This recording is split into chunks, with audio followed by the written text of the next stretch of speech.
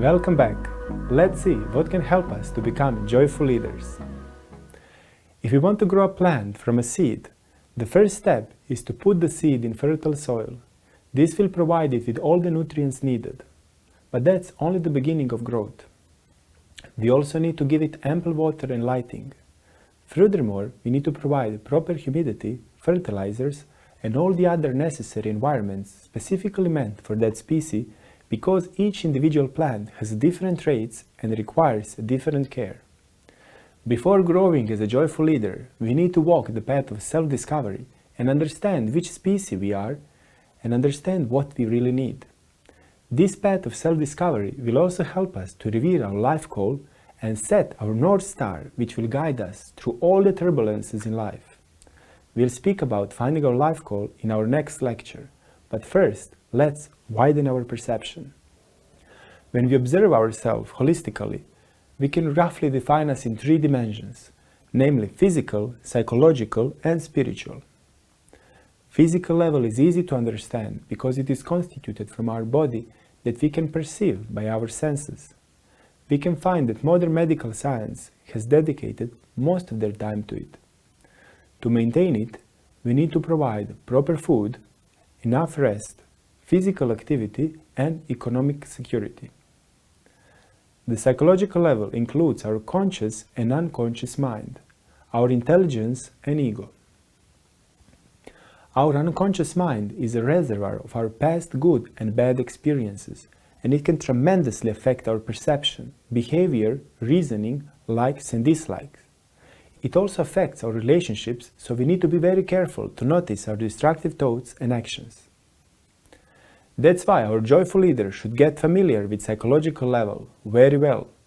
Then he will understand his strengths and how to overcome his weaknesses so that he can transform negative patterns and develop positive ones. Spiritual level is spoken about and properly understood rarely, mostly because it is either rejected or accepted dogmatically due to our limited perception. When we speak about spiritual level, we mean our pure consciousness, which is not mixed with our unconscious mind, thoughts and emotions. Here is a comparison I usually use to help us understand these 3 levels. Our physical level can be compared to a computer's hardware, everything that we can touch. For the hardware to function more sophisticatedly, we need software. Software can be compared to our psychological level, which help us to run our body and it acts consciously or unconsciously. Similarly, it cannot be directly seen with our senses.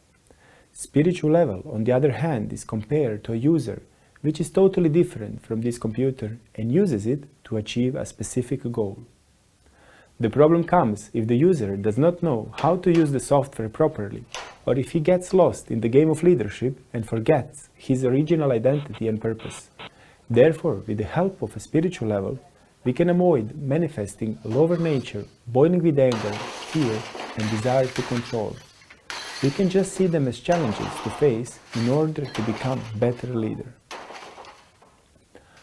By identifying ourselves with our leading position, expecting fame, respect, and adoration, we can become insensitive to needs of others. We tend to forget our role of caretaker and putting people first.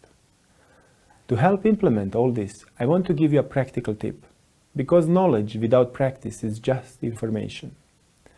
Every day, take some time for introspection, best early in the morning.